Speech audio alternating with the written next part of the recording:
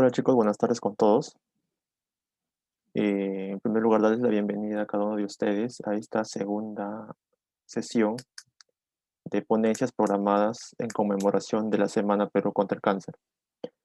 El tema de hoy día de hoy es cáncer gástrico y para ello contamos con la presencia del doctor Ronald Rainer Echevarría Izabeta, el cual tiene un posgrado, especialidad en cirugía general en la Universidad Nacional Mayor de San Marcos, un diplomado en medicina ocupacional, Universidad Peruana de los Andes, tiene un diplomado en gerencia de clínicas y hospitales en Universidad Peruana de los Andes y su posgrado lo realizó también de medicina general en la Universidad Nacional de Emilio Balizán.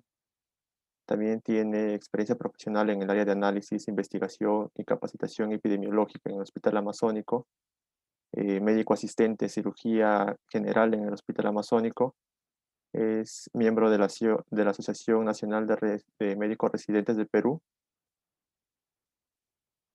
Y bueno, doctor, podría dar inicio a la sesión. ¿Qué tal? Gracias. Voy a compartir la pantalla un momento. ¿Me escuchan, no?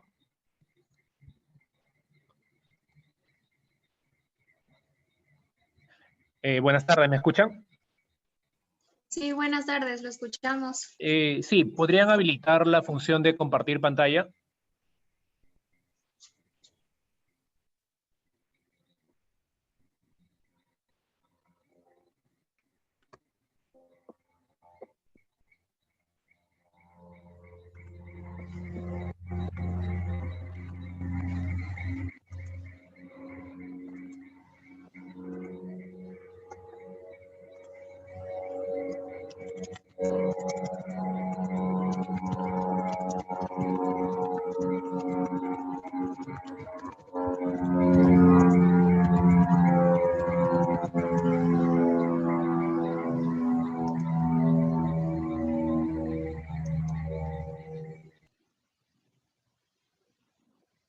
Doctor, ¿ya puede compartir su pantalla de un momento? Ya, ahora sí.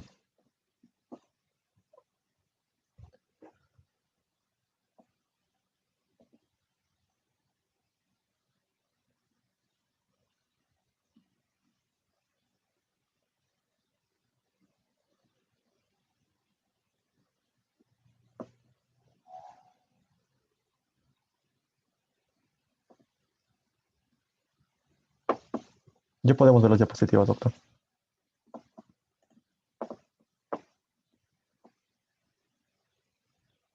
Ya, perfecto. Bueno, buenas tardes con todos. Vamos a hablar acerca de cáncer gástrico. Bueno, en cuanto al cáncer gástrico, es un tema muy amplio y en realidad hay muchas guías que nos dan cierta evidencia en cuanto al diagnóstico, diversas clasificaciones y tratamiento, tanto tratamiento quirúrgico como el tratamiento paliativo, ¿no? Si bien es cierto, hay diversidad de guías y consensos acerca del cáncer gástrico, la mayoría de los cirujanos nos basamos en la guía japonesa.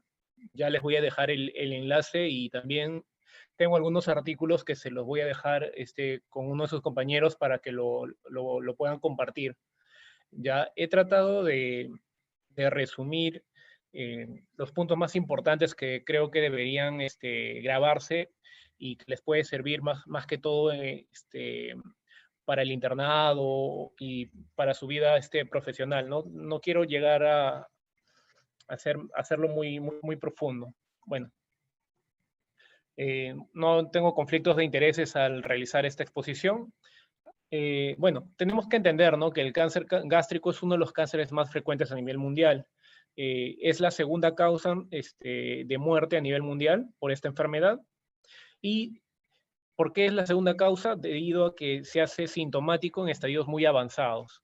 Ya de por sí es conocido que si el cáncer está medianamente avanzado, el pronóstico es malo, ¿no? Ya no pasaría a un tratamiento curativo, sino paliativo.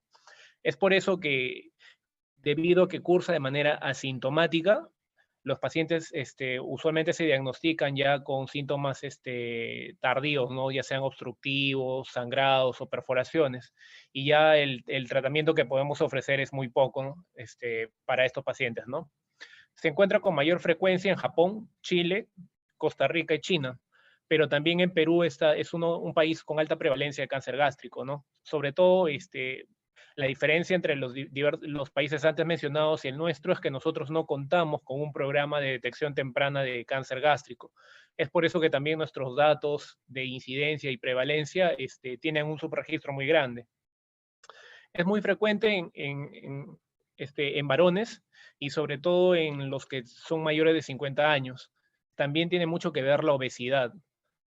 Y menos del 5% van a ocurrir en personas jóvenes, sobre todo los de carácter hereditario y los cánceres mayormente agresivos, ¿no? Estas son las estadísticas en Japón ya en el año 2013, donde también lo consideran, ¿no? Dentro de la segunda causa de muerte en varones, la tercera en mujeres, y ya en la sumatoria global también vendría a ser la segunda causa de mortalidad, ¿no? Y su incidencia sí es la primera en ese país, sobre todo en el sexo masculino. Diversas revistas lo van a clasificar de 1000 formas, en realidad. Pero tienen que entender que la mayoría del cáncer gástrico se lo va a catalogar como el más frecuente al cáncer gástrico esporádico, ¿no? Aquí mencionan cercano al 80% de frecuencia. Y los demás subgrupos, ¿no? Siendo el hereditario en este caso el menos frecuente. Dentro de los factores de riesgo, a la cabeza está la infección por Helicobacter pylori. Nos da un riesgo de 5 o 6 veces más que el resto de los factores, ¿no? Sobre todo en países en vías de desarrollo donde no hay una adecuada higiene al momento de realizar los alimentos o servirlos, ¿no? Otro factor de riesgo, como les había mencionado, es el ser varón, el ser obeso. A mayor IMC, mayor riesgo de desarrollar cáncer gástrico. Mucho también tiene que ver la nutrición, ¿no? El comer carne a la parrilla, carne ahumada, en este caso, ¿no? Las parrilladas, las cecinas, que contienen un alto contenido de sal, también generan una alteración a nivel de la cadena de reparación del ADN de las células del estómago, que van a predisponer el desarrollo de cáncer gástrico. De igual manera, el tabaco, ¿no? Los fumadores crónicos, los que fuman más de 20 cigarros al día, también tienen un alto riesgo de desarrollar cáncer gástrico. De la misma manera, el alcohol, ¿no?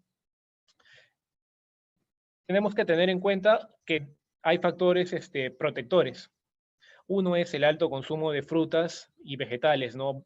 Vegetales. En este caso, las frutas verdes, rojas y amarillas contienen bastante cantidad de caroteno, vitamina E y C, y además del folato. Estos funcionan como un efecto antioxidante y van a ayudar a reparar el daño de las células o del núcleo de las células gástricas, ¿no? Previniendo la formación o que se desencadene la cascada de mutación para desarrollar el cáncer gástrico.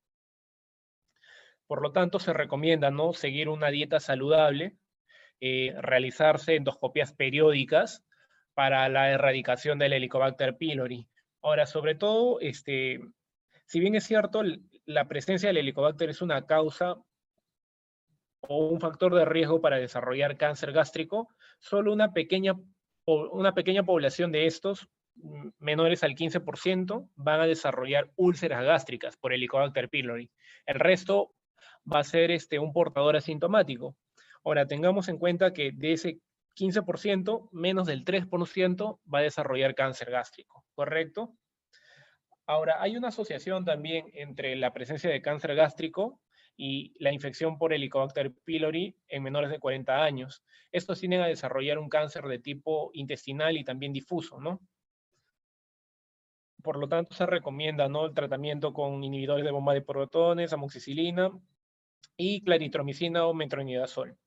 Otro factor de riesgo también que quisiera recalcar es la infección por el virus de Epstein-Barr, ¿no? Este es un herpes virus que también cumple un rol carcinogénico en el estómago. Ahora, otro punto también a tener en cuenta es los pacientes o que poseen, por ejemplo, familiares de primera línea que también tienen una historia de cáncer gástrico. Estos tienen un riesgo de desarrollar la misma enfermedad menor al 3%, ¿no? incluso también los pacientes que se han sometido a cirugías gástricas, gastrectomías, o gastrectomías parciales, a la larga también tienen un factor de riesgo para desarrollar cáncer gástrico. Estos son todos los síndromes hereditarios de cáncer gástrico, ¿no? La mayoría están relacionados a mutaciones genéticas. Esto solamente para que lo tengan en conocimiento, más de los genes no alterados. Sobre todo acá, la mutación más frecuente es el gen APC, que se comparte también con muchos otros tipos de cánceres, ¿no? Ya sea el cáncer de colon, por ejemplo, la alteración del P53 y también la E-caderina. Y algo también que comparte el cáncer gástrico con el cáncer de mama y el cáncer de ovario también son las mutaciones del HER2, ¿no? De este gen. Bueno, acá podemos observar, ¿no? Piezas, fotos tomadas mediante endoscopía de múltiples pólipos y alteraciones del mismo epitelio, ¿no? Se ven ya irregulares, los pólipos son más de 10, lo que nos lleva a pensar también, ¿no? en síndrome polipósico, que eso también es un tema muy aparte. Los factores protectores, como ya les había comentado, ¿no? El consumir frutas, la vitamina C, sobre todo la vitamina C que reduce la transformación, en este caso, de los componentes nitrosos, que son los que desencadenan, ¿no? La ruptura de las cadenas de ADN. Bueno, las vías de diseminación del cáncer, vamos a tener las siguientes, ¿no? Pueden ser directas. ¿Directa en qué sentido? En que va a atravesar cada una de las capas hasta diseminarse a los órganos adyacentes, ¿no? Diseminación linfática. Esta diseminación se da sobre todo cuando el cáncer ya atraviesa o llega a la capa submucosa. Es por eso que ya más adelante lo vamos a ver, ¿no? Para que me puedan entender, pero cuando ya hablamos de una invasión submucosa, ya se considera importante realizar una adecuada disección ganglionar porque se dice que ya hay una metástasis a nivel local de los ganglios cercanos, ¿no? Adyacentes al estómago. También se puede dar diseminación por vía sanguínea y por vía transperitoneal. En este gráfico podemos observar, ¿no? Los lugares donde vamos a encontrar con mayor frecuencia el cáncer gástrico, sobre todo a nivel del píloro. Los cánceres, bueno, los vamos a dividir uno de acuerdo a la anatomía, ¿no? En la porción proximal, que va a ser, pues, son cánceres de la unión gastroesofágica, que son menos del 10%, que comprometen parte del cardias y del fondo, y los cánceres del tercio distal, que van a comprometer toda la parte del antro píloro, ¿sí? En cuanto a la clínica, tenemos síntomas tempranos y tardíos. Los tempranos son muy inespecíficos, entonces es una clínica muy, muy variada que nos va a presentar, pues, signos de dispepsia, gastritis, ¿no? O ERGE. Entonces, ¿qué es lo que vamos a observar con mayor frecuencia? Dispepsia, náuseas, saciedad precoz, ¿no? Eso igual no es muy específico para cáncer gástrico. En cuanto ya a los síntomas tardíos, lo que vamos a ver, pues, es intolerancia oral, vamos a ver procesos obstructivos debido a eso, ¿no? A que el tumor cierra el píloro y la comida ya no puede pasar, por lo tanto va a haber vómitos con mayor frecuencia, un dolor abdominal constante en el tiempo y pérdida de peso, ¿no? Debido a una mala digestión.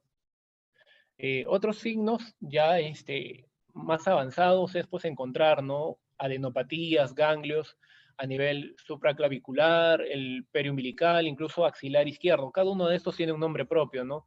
El ganglio de la hermana María José, por ejemplo, el ganglio de Virchow, que es el supraclavicular izquierdo, y el axilar izquierdo, que se le conoce como el ganglio de Irish, ¿sí? Ya en estadios muy, muy avanzados podemos palpar nosotros a nivel del epigastrio una masa pétrea, indurada, ¿no? Que incluso puede generar dolor a la palpación. Ya en otros pacientes, cuando ya hay una implantación a nivel del peritoneo, vamos a observar, ¿no? Que haya ascitis. Esto ya nos indica que el peritoneo ha sido tomado por las células cancerígenas. Masa palpable a nivel del hígado no es muy frecuente. No he tenido la oportunidad de ver ese tipo de semiología en metástasis hepáticas, ¿no? Usualmente las metástasis en el hígado son pequeñas y casi no se pueden palpar porque están cubiertas, ¿no?, por la parrilla costal. El sangrado gastrointestinal sí, eso sí es frecuente en estadios avanzados y llevan a procesos anemizantes. En cuanto a los síntomas paraneoplásicos, no son muy frecuentes, ¿no? Podemos ver, por ejemplo, acantosis nigricans, que eso también se evidencia, ¿no?, en pacientes diabéticos o una queratosis seborreica difusa, ¿no?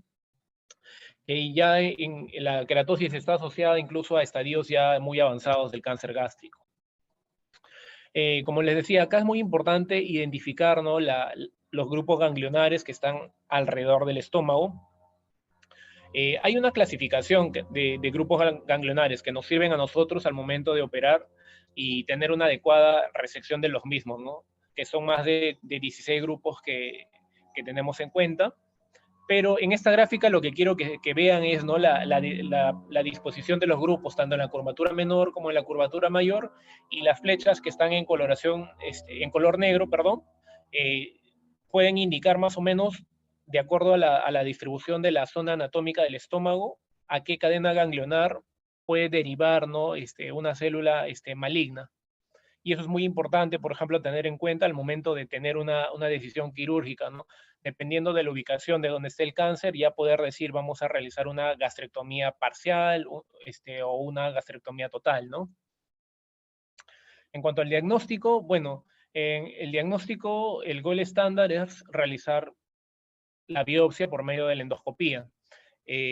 A mayor cantidad de biopsias, la sensibilidad y la especificidad va a aumentar, ¿no? Aquí en la diapositiva podemos observar, ¿no?, que si tomamos una sola biopsia, la sensibilidad es del 70%, mientras si realizamos biopsias múltiples, la sensibilidad casi es cercana al 100%. Es por eso que en realidad se sugiere, ¿no?, que el diagnóstico sea realizado por un gastroenterólogo que esté muy bien entrenado en realizar endoscopías, porque va a permitir ese ojo entrenado detectar lesiones muy tempranas, ¿no? La idea es que el gastroenterólogo pueda detectar pequeñas anomalías que ya lo ayuden a sospechar para tomar biopsias. ¿Por qué? Porque de nada sirve ya biopsiar pues lesiones como pueden ver en las imágenes, ¿no?, que a ojos cerrados ya podemos decir que esto es sospechoso de malignidad, ¿no? Entonces esos cambios sutiles es lo que recomienda la guía japonesa que debe realizar un gastroenterólogo, y debe hacerse en centros pues de alto volumen diagnóstico y por personas altamente capacitadas, sobre todo para el screening temprano, ¿no?, que es lo que se prefiere ahora. En cuanto a las imágenes, bueno, se puede realizar ecografía, la ecografía por vía endoscópica también, se puede realizar radiografía a doble contraste, tomografía, y eso lo vamos a ir viendo más adelante, incluso el PET scan, ¿no? En cuanto a la ecografía, bueno, tenemos que la sensibilidad es muy buena, mayor del 80%, y la especificidad cercana al 90%, ¿no? Estas son imágenes, por ejemplo, en la parte inferior, que se realizan mediante una ecografía, pero por vía endoscópica.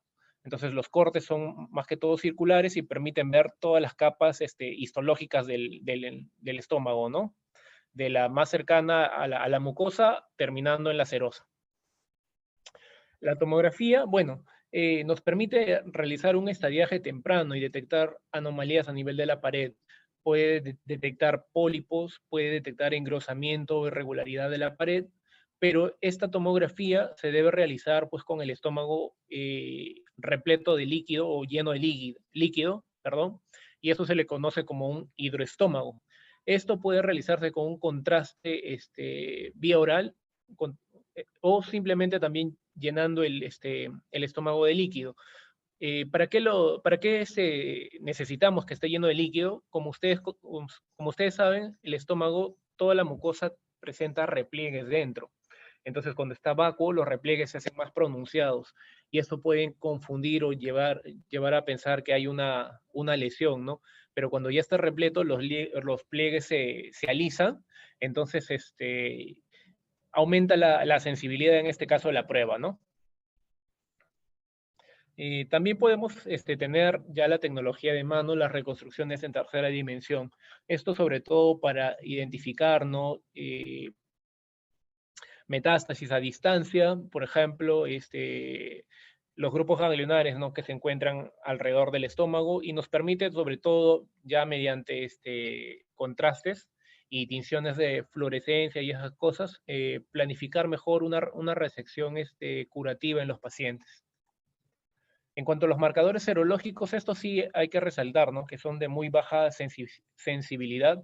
Los que pedimos usualmente son pues, el CA125, el CEA, que es el carcinoma embrionario, la alfa-fetoproteína y el CA199. No se usan para diagnóstico, se usan más que todo para el seguimiento del paciente después del acto operatorio, ¿no? Ahora, en cuanto a la clasificación, la más conocida y que creo que es la que todos ustedes han escuchado es la clasificación de Lauren, que va a dividir, ¿no? Al cáncer gástrico en dos tipos, el intestinal y el difuso. Y ya una tercera categoría que vendría a ser el indeterminado o el mixto, que es la que no encajan en ninguna de las dos primeras. La más frecuente es la del tipo intestinal, y esto se va a subclasificar, ¿no? De acuerdo al tipo histológico, ya sea papilar, tubular o mucinoso. Mientras que los difusos, sobre todo entran el carcinoma de células en anillo de sello. Esto ya es un cáncer de muy mal pronóstico, que se da usualmente en personas jóvenes, es pobremente diferenciado y es infiltrativo. ¿Sí? El tipo intestinal se desarrolla más que todo por factores ambientales, tiene mucho que ver con el estilo de vida. Mientras que el difuso ya tiene, aparte de los factores ambientales, tiene más que ver la carga genética, ¿no? Este es un esquema ya donde se subclasifica a los cánceres de estas dos clasificaciones. Como les había dicho, ¿no? El intestinal tiene que ver mucho con la parte histológica, y el difuso, el más importante es el cáncer en anillo de sello, y los otros que ya son infiltrativos y pobremente diferenciados, ¿no? Ya en las otras columnas de la derecha tienen diversos tipos de carcinomas que también entran dentro de la clasificación de indeterminado, y esto ya lo da el patólogo, ¿no? Después de examinar la pieza operatoria. Una diferencia, ¿no? Es que, por ejemplo, el de tipo difuso tiene mucho que ver, ¿no? Con la E-cadenina, que hace inefectiva las uniones entre célula y célula. No está definido, ¿no? Por el proceso preneoplásico de generación de una célula, ¿no? Que empieza desde una célula bien formada, que se somete a estímulos aversivos y termina, pues, haciendo metaplasia y los procesos displásicos hasta generar cáncer, ¿no? No sigue esa línea. Mientras que el del tipo intestinal sí, está sometido, pues, ¿no? a procesos o a estímulos de irritación o daño crónico en el tiempo, ¿no? Esto también es una tabla donde se resumen, ¿no? Las diferentes características de cada uno de las dos clasificaciones mostradas.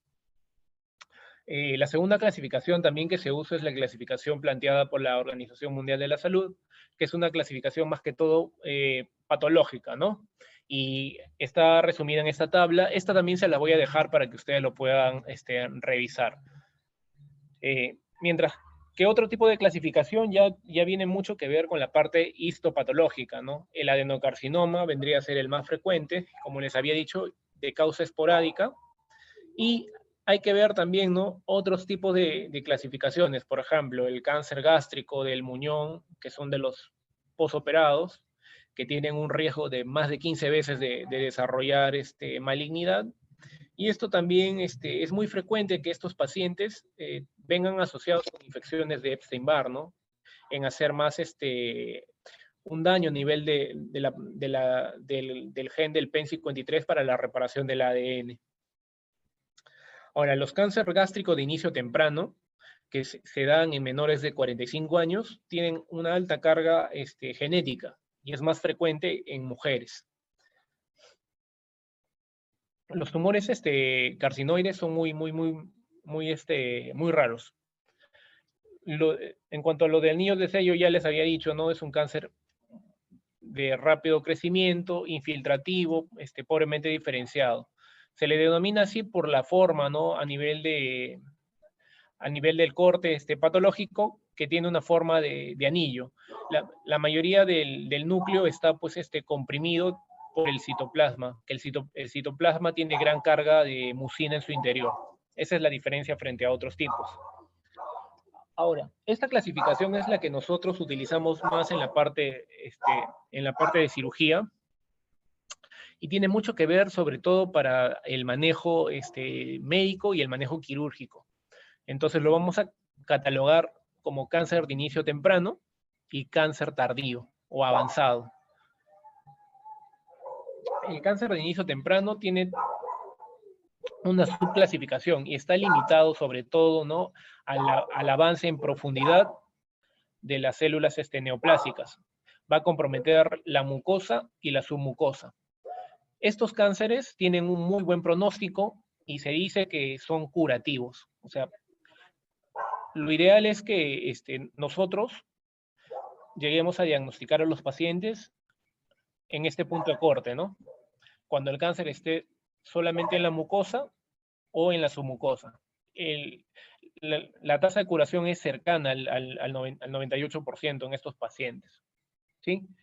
Mientras que ya si atraviesa la submucosa, como les había explicado al inicio, la submucosa tiene una alta red de drenaje linfático. Es por eso que cuando ya atraviesa esta capa y ya se acentúa en esta capa, tenemos mayor riesgo de diseminación de la célula maligna. Es por esto que ya esos pacientes deben que ir a quimioterapia, ¿no? Eso ya lo vamos a ver más adelante en el algoritmo de manejo. Cada uno de los dos tipos de cánceres tienen una subclasificación. Como les había dicho, por ejemplo, el early cancer se va a clasificar, ¿no?, en el tipo 1, si está protruido, y esto se ve vía endoscópica, en el 2A, cuando está sobreelevado, el 2B, cuando ya hay una depresión, el 2C, cuando ya es superficial esta depresión, y el 3, cuando ya está excavado, ¿no? Y esta, la que ustedes ya conocen, mayormente la mayoría tiende a hablar de la clasificación de Borman, ¿no?, por endoscopía, que es ya cuando está, hay un pólipo, hay una úlcera marginal, o incluso cuando hay un proceso anaplásico infiltrativo difuso. Cuando ya ustedes escuchen, ¿no?, de la clasificación de Borman, de por sí ya tienen que saber que es un cáncer gástrico de diagnóstico tardío y con un pronóstico malo. En cuanto al estadiaje, nosotros nos basamos en la clasificación de TNM. Esta clasificación se puede realizar mediante imágenes, o sea, tomográficamente podemos ver, o ecográficamente, las capas del estómago que están comprometidas por la parte del tumor. Se puede realizar también un estadiaje TNM intraoperatorio mediante la visión del cirujano, y también se puede realizar la clasificación TNM ya por estudio anatomopatológico posterior a la cirugía. Entonces, los tres tipos de TNM nos permiten a nosotros tomar decisiones, ya sea para dar un mejor tratamiento o decidir, ¿no?, la técnica quirúrgica más apropiada para el tipo de paciente, porque esto es individualizado y va a depender mucho del estadiaje, y a su vez depende, ¿no?, del grado de compromiso del órgano. Si es solamente cuántas capas se está comprometiendo, y si también hay compromiso de grupos ganglionares o hay compromiso de órganos cercanos o metástasis a distancia, ¿no? Listo. Entonces el T, más que todo, va a corresponder a las capas histológicas del estómago. Entonces vamos a tener desde el T1A hasta el T4B. Y esto va a ver, ¿no? El T1A sobre todo es cuando se encuentra en mucosa o llega a la muscular de la mucosa. El T1B cuando invade la submucosa. Entonces estos dos vendrían a ser, ¿no?, el early cancer. Y a partir del T1B, es de la muscular propia hacia abajo, hasta que llega a estructuras adyacentes, que es un 4B, vendría a ser un cáncer avanzado. El N nos indica, ¿no?, los grupos ganglionares que están comprometidos. Tenemos al N0, que no hay metástasis en ningún grupo ganglionar, al N1 cuando hay metástasis en 1 o 2 ganglios, el N2 de 3 a 6, y el N3 cuando ya se ven más de 7 ganglios comprometidos. Y el M nos indica metástasis a distancia, ¿no? M0 no hay metástasis, M1 hay metástasis a distancia. Entonces, en base a esta clasificación, nosotros podemos hablar ya de un estadiaje. Entonces, vamos a tener una clasificación del estadio como un 1A cuando tenemos un T1. Entonces, regresando a la tabla anterior, el T1, ¿qué es? Cuando hay un compromiso hasta su mucosa, ¿correcto? Un N0, ¿qué quiere decir un N0? Que no hay ganglios comprometidos. Y un M0, que no hay metástasis comprometida. Entonces, si alguien nos dice, ¿no? Este paciente tiene una clasificación, es un estadio 1A, vamos a entender, ¿no? Que no hay ganglios comprometidos, no hay metástasis, y que la sobrevida de este paciente es muy alta, es mayor del 80%. Un 1B, ya podemos observar que hay ganglios comprometidos, estaciones ganglionares, ¿no? Es un N1. El estadio 2 ya tiene mucho que ver, ¿no? En la profundidad del tejido que está comprometiéndose, y el número de ganglios ya es cada vez mayor. Y así hasta llegar ya al estadio 4, que es el compromiso de todas las capas, incluso los órganos adyacentes. Llega a comprometer más de 7 grupos ganglionares y ya hay metástasis a distancia. Entonces, cada uno de estos estadios nos va a dar a nosotros un tiempo de sobrevida a corto tiempo, a mediano y a largo plazo. Y esto tiene mucho que ver también con la evolución del cáncer, el tipo de técnica quirúrgica, y si se ha sometido el paciente a quimioterapia, radioterapia antes de la cirugía, posterior a la cirugía, o no se ha sometido a quimioterapia. Ahora, ¿a qué se debe esto? Se debe a que nosotros, por ejemplo, a nivel nacional no tenemos un protocolo instaurado. Entonces, hay varias especialidades que manejan cáncer gástrico, ya sea cirugía general, cirugía oncológica, cirugía general netamente del área de estómago, ¿no? Que están especializados solamente en operar cáncer gástrico, y también el oncólogo clínico. Entonces, lo que no está muy marcado en nuestro país es, por ejemplo, quién debe verlo primero. Hay pacientes que llegan con el oncólogo clínico, inicia quimioterapia, radioterapia, y después lo pasan a cirugía. O hay pacientes que llegan al revés, ¿no? Primero con el cirujano, se opera, y luego pasa a quimio y radioterapia. ¿De qué depende ahora de esto? Depende mucho también del tamaño del tumor y del TNM. Hay estadios, por ejemplo, que necesitan realizarse quimioterapia antes de la cirugía. Entonces, si cometemos el error, por ejemplo, de tratar de operar un paciente bajo estas características sin tener conocimiento del estadiaje, le estamos quitando años de vida o una posible cirugía curativa a este paciente. Por lo tanto, para un cirujano o para un oncólogo clínico es muy importante conocer el estadio, ¿no? Y saber cuándo debe iniciar quimioterapia, cuándo debe operarse y cuándo debe ir un control posterior. Nosotros nos basamos ahora en la técnica quirúrgica de acuerdo a la resección. Se dice que el R0 es cuando nosotros, después de operar, no dejamos enfermedad residual, tanto microscópica como macroscópica, y está eso corroborado por anatomía patológica después de haber revisado la pieza, ¿no? Cuando nos dice borde libre de enfermedad, quiere decir que es una clasificación R0.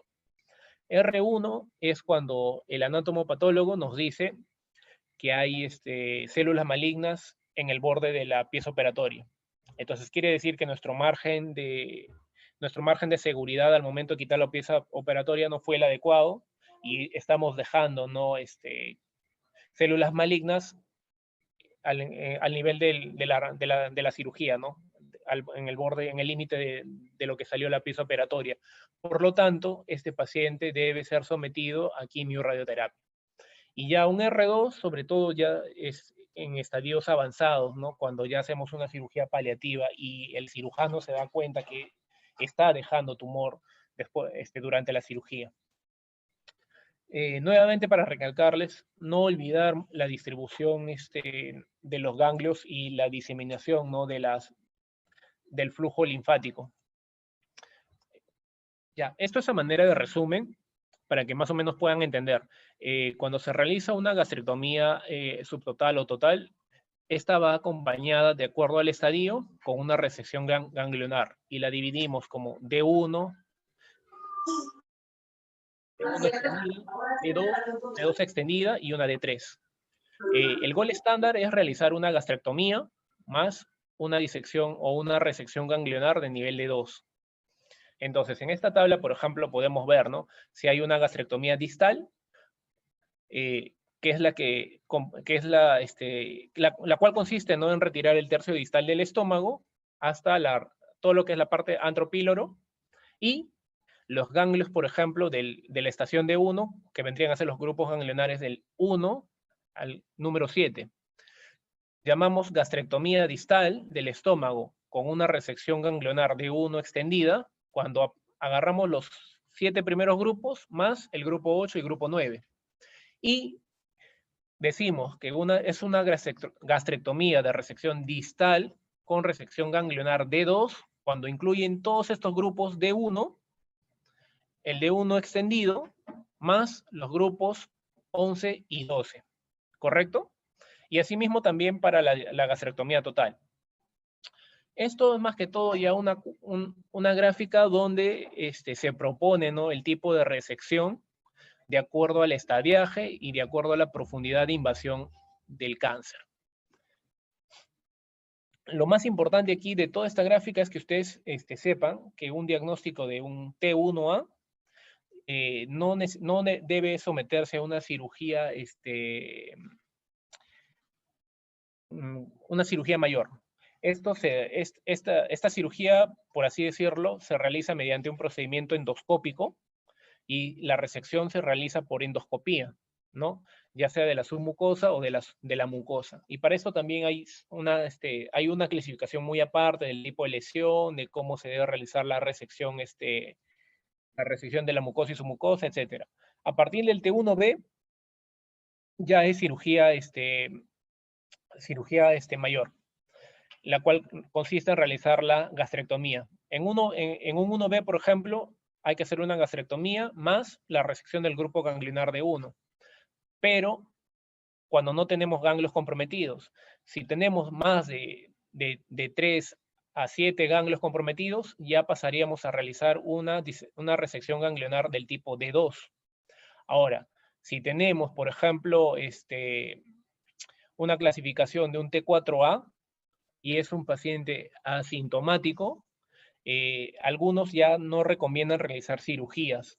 ¿Por qué? Porque se puede diseminar muchísimo más el cáncer, ¿no? Por lo tanto, debería ir a quimioterapia primero, radioterapia, y en caso ya, por ejemplo, de que en algunos casos, ¿no?, cuando el tumor es muy grande, está muy invasivo y causa síntomas de obstrucción, no se recomienda quitar el tumor, sino realizar una cirugía de bypass, en el cual permite crear, por así decirlo, una nueva salida del contenido intestinal, del contenido gástrico al intestino, ¿ya? Esta tabla, más que todo, es lo que les estaba diciendo y esquematiza un poco mejor la tabla anterior. Entonces vamos a tener que todos los estadios tempranos, el T1, que no tiene compromiso ganglionar, va a resección por vía endoscópica, ¿sí? Estos dos procedimientos, de mucosa y submucosa.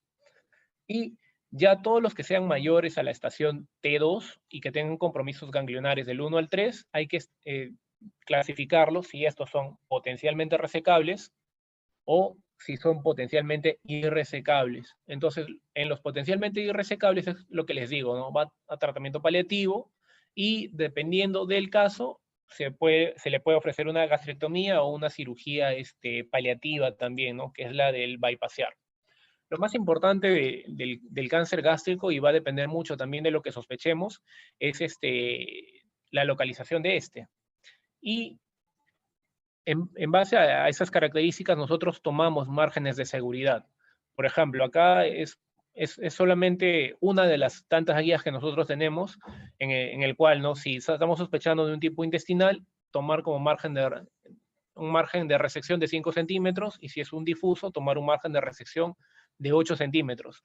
El margen de resección va a variar, ¿no? Desde el borde que nosotros sospechemos que termina el tumor, y vamos a contar desde ahí los 5 o 8 centímetros que tenemos que resecar.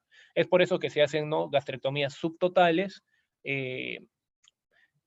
ampliadas, o ya incluso gastrectomías totales, ¿no?, en estadios muchísimo más avanzados. Esto es lo que ya les había explicado. Estas son ya las cadenas de los grupos ganglionares, ¿no? Por ejemplo, los números son los que resumen o grafican esta tablita que les he dejado aquí, de los grupos, ¿no? Por ejemplo, D1 compromete el grupo 1, 3, 4, 5, 6 y 7. Entonces vamos a ver cuáles son los del grupo 1, 2, 3, 4, 5, 6 y 7. Entonces vamos a tener que sacar los grupos, sobre todo los que están adyacentes al cardias, a la curvatura menor, que son los grupos ganglionares 3, 4, que son de la curvatura mayor, y 5 de la parte del píloro. 5 y 6 píloro, y tenemos ya el grupo 7, que es a nivel ya de los vasos del tronco celíaco, ¿sí? Las resecciones D2 ya son muchísimo más ampliadas, por eso es que se dice, ¿no?, que se recomienda realizar como gol estándar una linfadenectomía D2.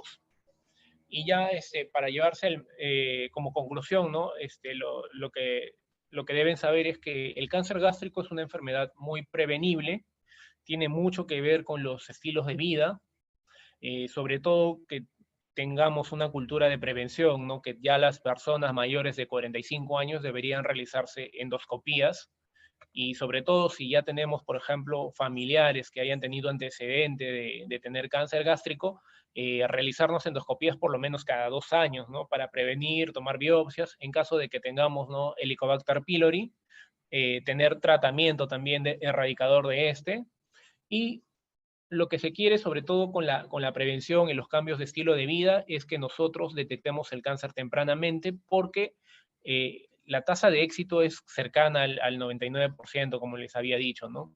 Ya los cánceres avanzados, a partir de un T2, son de muy mal pronóstico, hay mayor riesgo de dejar cáncer después de la cirugía.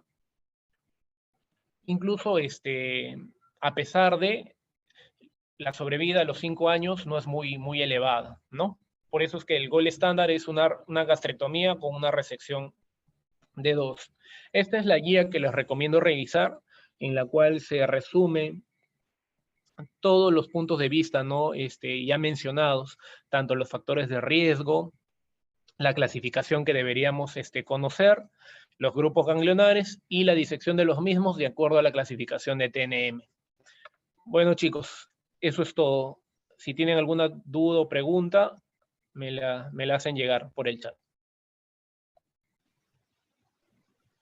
Gracias, doctor. Chicos, si tienen una consulta como lo pueden dejar al chat, o si quieren pueden prender su micro, no hay ningún problema. Doctor, me llegó una pregunta que nos dice, ¿cuál sería el manejo de un GIST o GIST? Ya. Bueno, el manejo del GIST también depende. Es otro tema aparte. Va a depender también mucho de la zona afectada. Estos tumores van mejor con un tratamiento médico y luego la cirugía, ¿no? Tienen un mejor pronóstico los GIST. Estos, sobre todo, van a depender del tamaño. Si son menores de 1 centímetro, van muy bien, la evolución es muy buena y tienden a mejorar, ¿no?, con el tratamiento. La cirugía de los GIST menores a 2 centímetros se consideran ya como se puede considerar como un R0, pero cuando es más de 2 centímetros, a veces hay recidivas. Lo que se hace es, por ejemplo, someter a un tratamiento. El tratamiento es con imatinib, ¿no? Se le da este tratamiento por 6 a 12 meses y usualmente responden muy bien al tratamiento.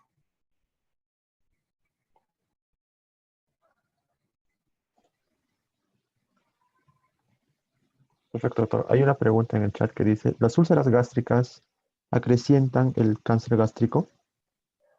No necesariamente. Dentro de los factores de riesgo, por ejemplo, para cáncer gástrico tenemos las gastritis esclerotróficas o las atróficas o las pangastritis, ¿no? Que son procesos irritativos crónicos.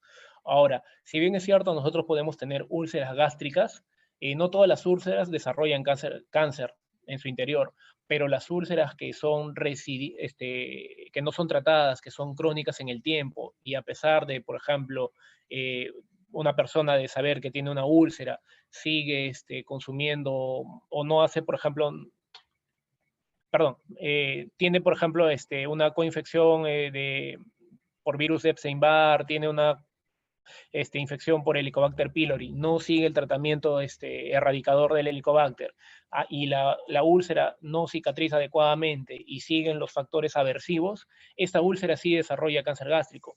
Ahora, hay características de la úlcera. Las úlceras que son mayores a 2 centímetros también son las que tienen muchísimo mayor riesgo de desarrollar cáncer que las úlceras más pequeñas, ¿sí?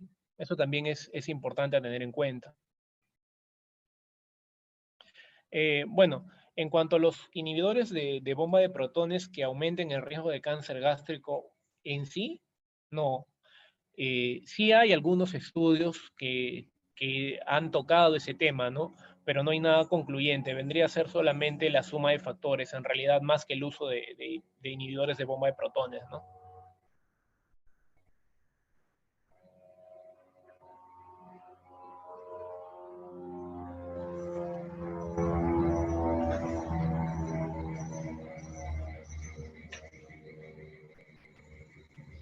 Eh, Algo sí que tocando, como ya habíamos tocado el tema de los tumores GIS, todos los tumores menores de 2 centímetros se consideran GIS benignos o de muy buen pronóstico, ¿no? También tiene mucho que ver cuántas mitosis podemos encontrar en estos tumores. Si son menos de 5 mitosis, se dice que ya el pronóstico es muy bueno. Los que tienen pronóstico malo son los tumores que son más de 2 centímetros, sobre todo más de 5 centímetros. Ya cuando encontramos nosotros un GIS de más de 5 centímetros, tenemos que realizar ya una gastrectomía, ¿no? Y estos vienen acompañados de más de 5 mitosis por campo. Y tienen un alto riesgo de recurrencia.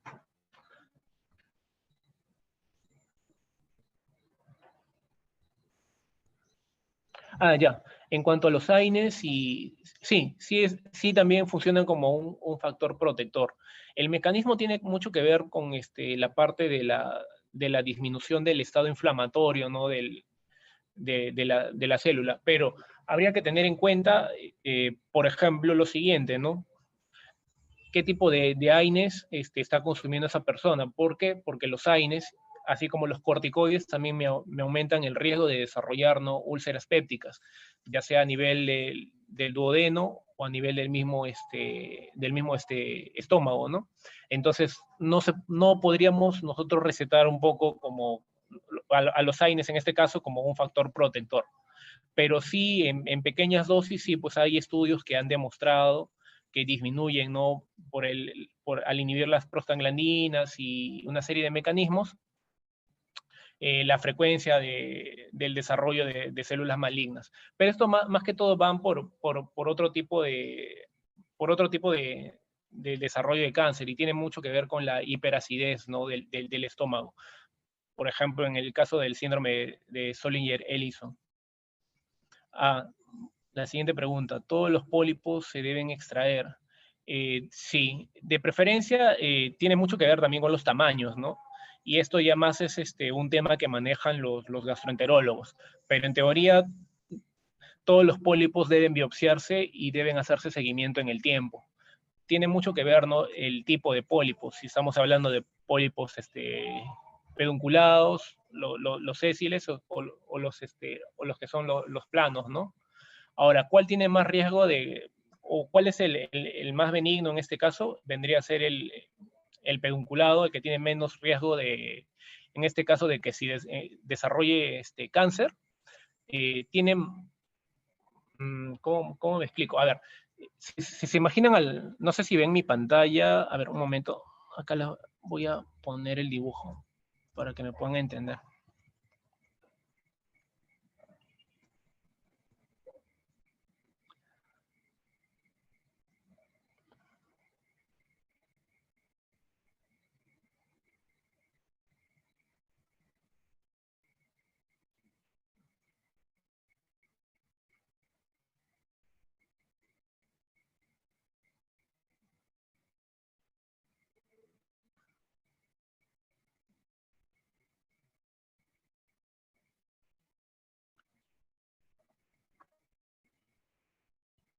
Ya, ok.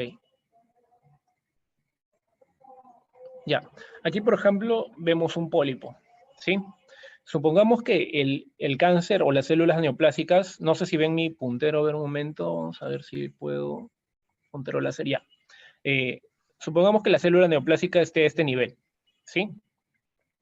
Ahora, este pólipo tiene todas las capas histológicas del estómago, ¿no? Tiene mucosa, submucosa, muscular, etc. Entonces, si el cáncer está aquí, va a atravesar todas estas capas y toda la distancia. A ver, un momento. Está.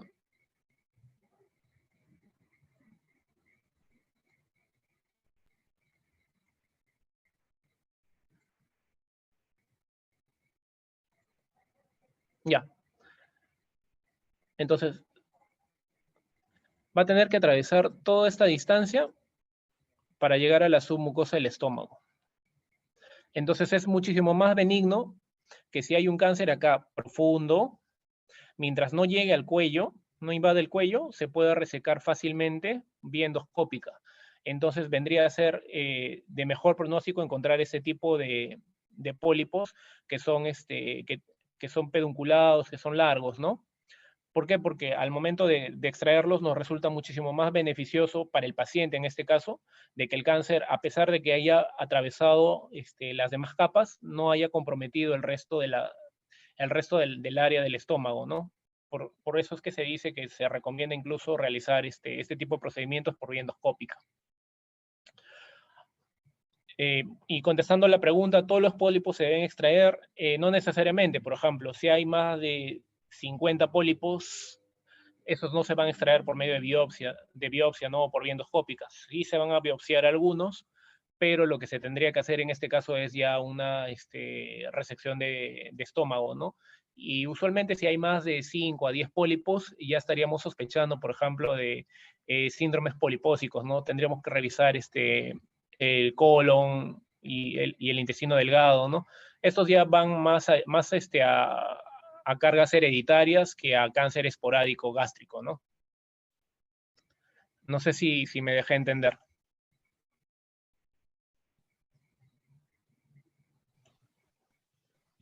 Sí, doctor. Perfecto. ¿Alguien más tiene alguna pregunta, chicos? La pueden escribir en el chat o si desean pueden encender su micro.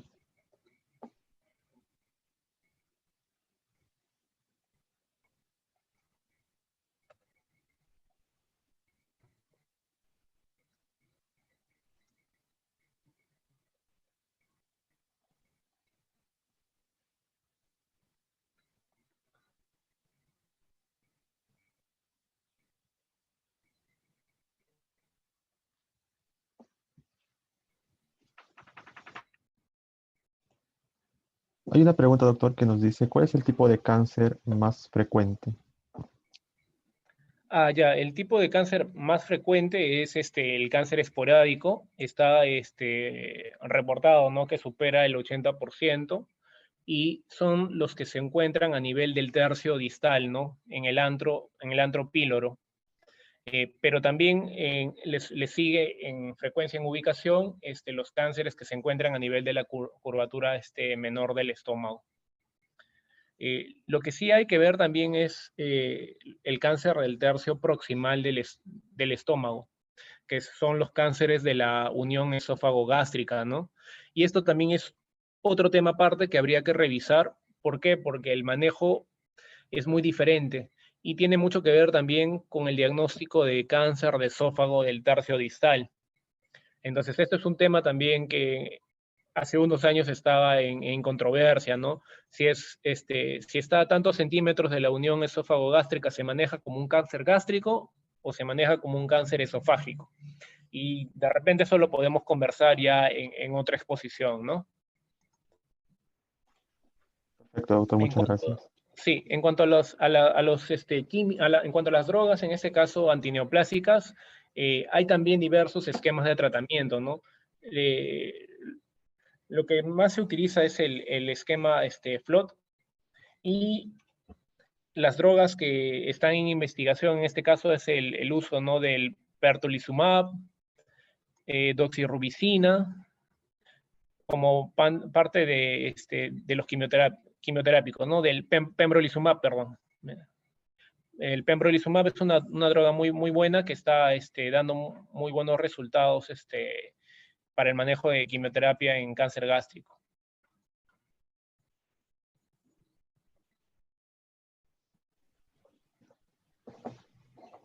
Excelente, doctor. Muchas gracias. Creo que ya no habría alguna pregunta por parte de los chicos. Quisiéramos darle el agradecimiento por parte de la Sociedad Científica de Estudiantes de Medicina. Eh, no sé si se puede ver mi pantalla. A ver, un momentito.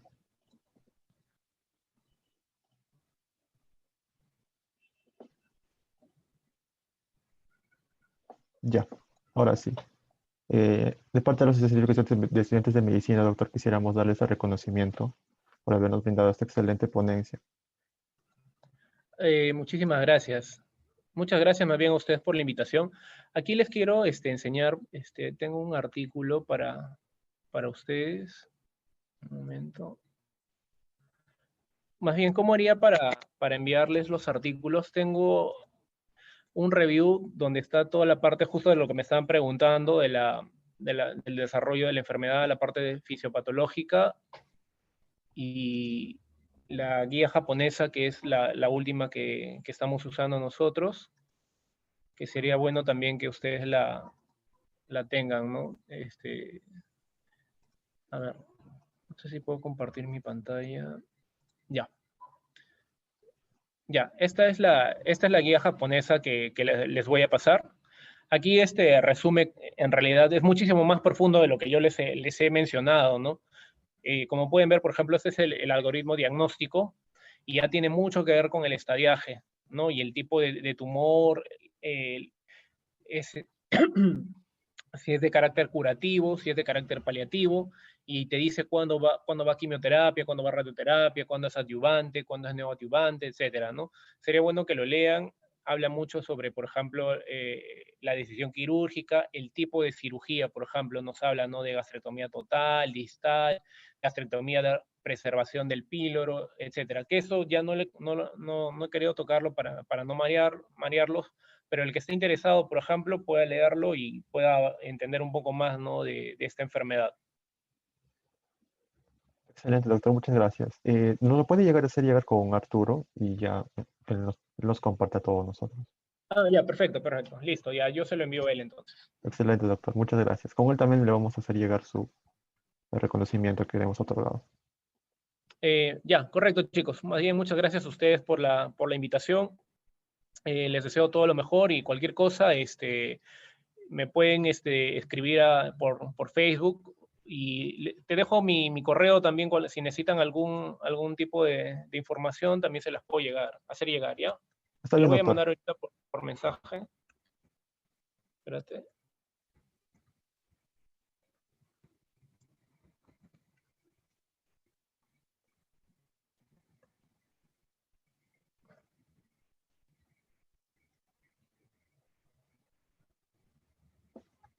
Listo. Ya te acabo de enviar mi correo. De repente, por ahí nomás les puedo enviar los artículos y ya ustedes los comparten, ¿no? Perfecto, doctor. Muchas gracias. Listo. Muchísimas gracias, chicos. Suerte. Que tenga una buena tarde. Con los demás chicos vamos a estar dejando el link del post-test en el grupo de WhatsApp, así que pueden ir ahí a abrir el link para poder resolverlo. Y bueno, que tengan una buena tarde todos ustedes.